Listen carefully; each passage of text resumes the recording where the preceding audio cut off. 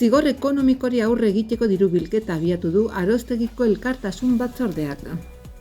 Nafarroko ekonomia 2,3 hazi da 2025 aurreikuspen ofiziala baino 10 bat gehiago. 3.100 persona baino gehiago eskatu dute migrazio buruzko informazio eta orientazio 2025. Gipuzkoako etorbidea, Iruñekoa 20 bat berdegune berri eta beste hainbat txorko jarraituri esker birnaturalizatzen ari da Santa Lucia eta Santos Otxandategi kalen artean. Irulegitik Konpelora hiri baten jatorriak erakusketa aukera paregabea da gure garaiaren aurretiko lehen mendeko Iruñan erromatarrek herrixka baskoian izan zuten eragina berraurkitzeko.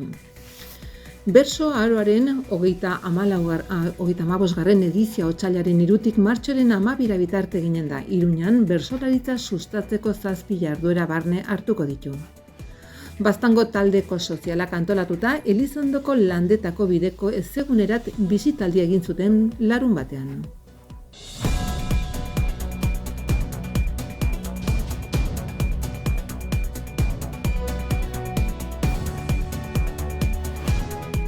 Zigor ekonomikoari aurre egiteko diru bilketa kanpaina abiatu du Aroztegiko elkartasun batzordeak.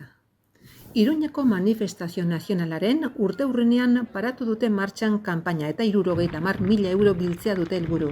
Zigor ekonomikoa eta epaiketako gastuak ordaintzeko.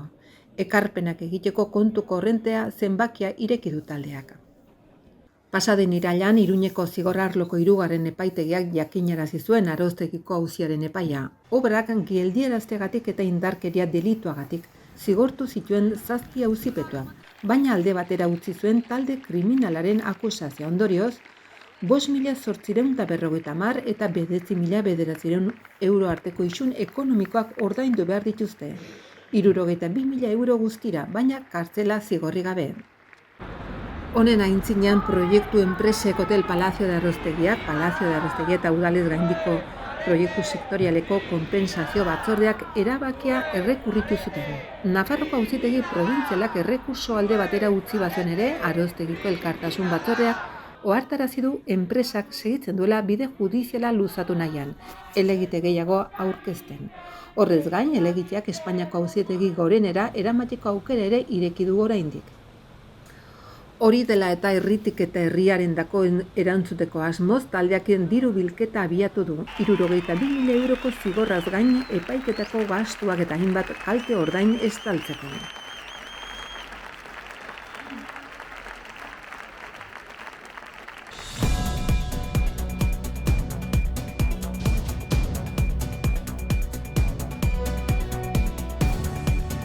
Nafarroko barne produktu gordina 2,2 hazi da 2025, hau da, 10 bat hobetu da Nafarroko gobernuaren aurreikuspen zifrekin alderatuta. Nafarroko Estadistika Institutuak eman du jakitera datua eta ekonomiaren indarra eta resistentzia berresten ditu, nazioarteko testuinguru oso zalantzagarri baten erdian. Azken hiruhilekoko datuek halaber berretxe egin dute bilakaera onori, bai aurreko urteko 4. hiruhilekoarekin alderatuta, 2,2 bat izan zen, bai hiruhileko arteko tasa non 0,5 igoera ikusten den uztailetik irailera bitartean jasotakoaren aldean. Ekonomia eta Ogasuneko kontseilaria Jose Luis Arastik adierazi ditu datu horiek eta nabarmendu du 2025 urtearen itxieran Nafarroko ekonomia oso geldirik dagoela euroguneko herrialde nagusiekin alderatuta, hala nola, Alemaniarekin, Frantziarekin eta Italiarekin, azken kalkuluen arabera. Barne produktu gordinaren urteko hazkundea 1% beherakoa baita. Ekonomia eta Ogasuneko kontseilariak zehaztu duenez, konsumo pribatua da oraindik ere jardueraren ardatz nagusia, txikizkako salmentek eta turismoen matrikulazioek iradokitzen duten bezala. Bertzalde, alderakintzakeak portaera divergentea erakusten du, eraikuntzak tonu ona duen bitartean ekipamendu ondasunetan egindako inbertsioa ahuldu egiten da. Industria sektorearen egungo egoera zaila dela eta. Era berean, Jose Luis Arastiren arabera, automobilgintzaren adarraren ekoizpen geldialdiak ibilgailu elektrikorako transizio prozesu betean eta nazioarteko eskariaren atoniak ondasunen esportazioi eragin die. Kontseilariak lan merkatuaz ere hitz egin du, egoera ona baita 2024ko ekitaldia 2024an baino 5.000 afiliatu gehiagorekin amaitu da eta okupazioaren errekor historiko berri batekin.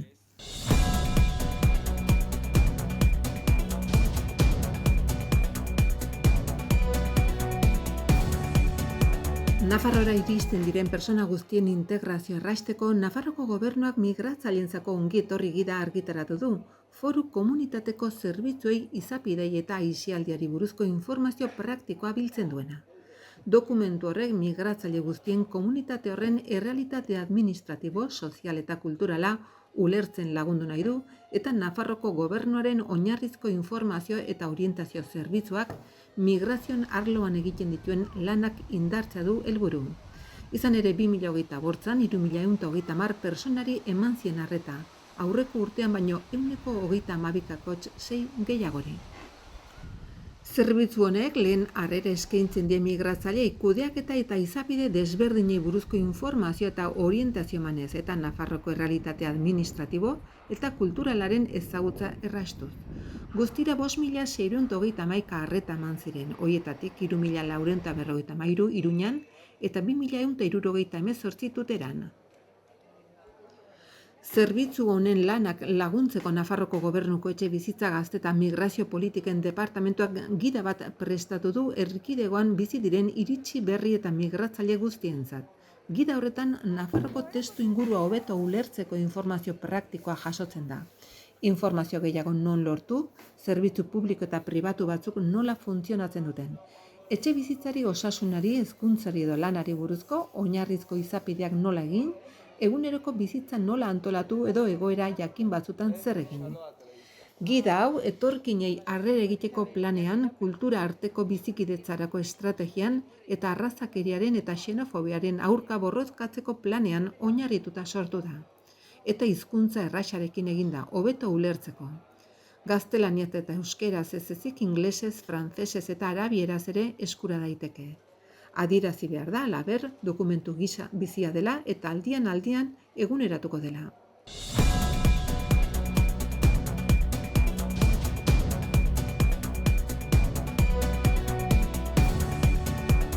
Iruñeko udala azarotik ari da Gipuzkoako etorbideko Santa Luzia eta Santos Otxandategi kalen artean lau etxe uharteak birnaturalizatzeko lanak egiten.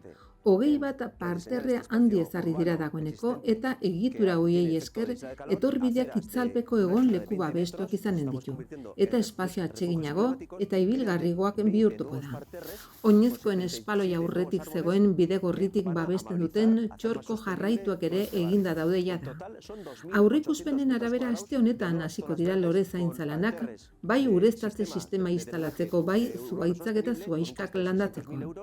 Jarduketa otsailaren bukaeran amaituko da. Hirigintza gerentziak eta batzordeak bisitatu dute jarduketa eremua. Obra zibila amaitu dago jada proiektua barne hartzen zituen lau etxe uhartetan. Berdeguneak handitzeko indusketa egin dute eta zuhaitzak eta zuhaiskak landatzeko lurra jarri dute bertan.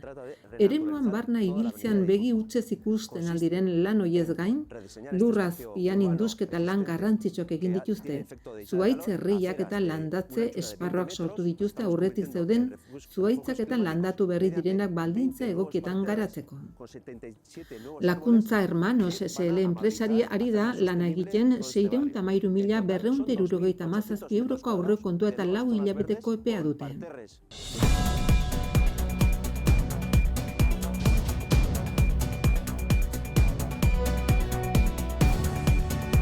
Pompelo Zibiboxeko erakusketareto nagusia erakusketa horrekin abiatu da. Cneo, Pompeio Magnok Iruña erromatarra sortu zueneko 2001 urteurrenaren ospakizunen barruan. Irulegitik Pompelora, hiri baten jatorriak erakusketak ibilbide bat egiten du. Gure garaianen aurretiko lehen mendeko horretan barna. Bertan bizi zen herrixka baskoiaren tradizio eta ohitura jartzen ditu ikusgai, baita bertara heltzen den eragin erromatarra ere. Erakusketak garai horretara eramaten ditu ikusleak eta horretarako hainbat pieza baliatzen ditu. Hoietako batzuk egun arte ez ezagunak, besteak beste irulegiko aztarnategiarekin eta beste objektu eta berreraikitze batzukin lotutako piezak. Erakusketa honako hauek aurkeztu dute. Joseba Siron, Iruñako alkatea, Maider Beloki, Kultur Jaietako eta Kirol Zinegotzi ordezkaria, Javier Belaza Frias, Barcelonako Unibertsitateko Filologi Klasikoko katedradunak eta Matxina Iestaran, arkeologo eta irulegiko indusketaren zuzendariak. Irailaren 27 arte egongo da ikusgai. Bisita zerako da, astelenetik larun batera, 11 aterritatik ordu bat aterritara, eta arratsaldeko 6-etatik 8 aterritara, igande eta jaiegunetan itxita egonen da. Aurkeztu ondoren ibilbide labur bat eginda erakusketan barna, ikusgai jarriko diren piezarik esanguratsuenak bertatik bertara ikusteko, ala nola irulegiko eskua aurkitu zen etxearen eskala errealeko berreraikitzea, erakusketaren erdian kokatua. Ikusgai dauden piezetako batzuk irulegiko aztarnategiko indusketa arkeologikoetan dute jatorria eta orain arte ez dira sekula erakutsi. Gainera, erakusketarako berariaz laga diren bertze pieza batzuk jarri dira ikusgai. Museo eta entitate hauetakoak. San Telmo Museoa, Kataluniako Historiaren Museoa, Vitoria-Gasteizko Bibat Museoa, Gordailua, Gipuzkoako Ondare Bildumen Zentroa, Atarratzeko eta Azparneko udalak eta Nafarroko Gobernua bertzea bertze.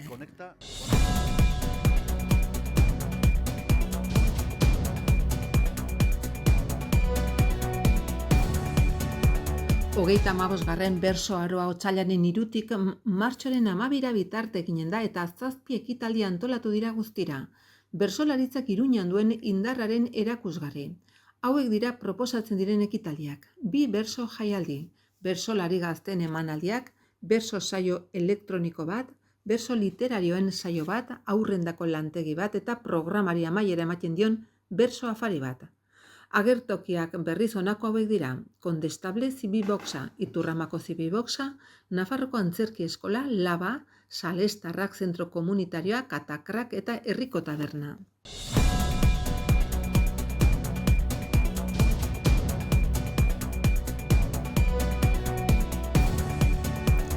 Ezegunen nazioarteko eguna otsailaren 2an izanik larunbatean euri jausia hala ari zuela 21 lagun Elizondoko landetako bideko ezegune eta transizio eremuak ezagutu zituzten.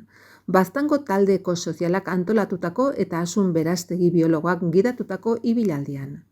Biologian doktorea eta Euskal Herriko Unibertsitateko irakaslea da Berastegi eta ezegunez jakintza zabala du. Nafarroko ingurumen kudeaketa enpresa publikoan oraingoan orekan herrialdeko ezegune gehienak aztertu behar izan zituelako. Landetako bidekoaz erran zuen ez dagoela katalogatua, baina ikusizko azterketa baten arabera hala dela ur elementuak eta habitat mota horri dagozkion landareak dituelago, naiz eta ezegune txikia izan. Bere balioa zehazteko azterketa zehatzago egin beharko litzateke, habitata zorrozkiago behatu landare eta animaliak batez ere, zein landare eta animali espezia ageri diren ikertu arriskuan denik baote den. Horrez gain, lurraren osaera aztertu beharko litzateke, zoikaztegia ote den ikusteko erran moduz. Eta ezegune horretan ematen diren prozesuak ere bai. Karbonato, kaltzikoarengatik eratuko troskak dauden ondorioztatzeko. Konparazione.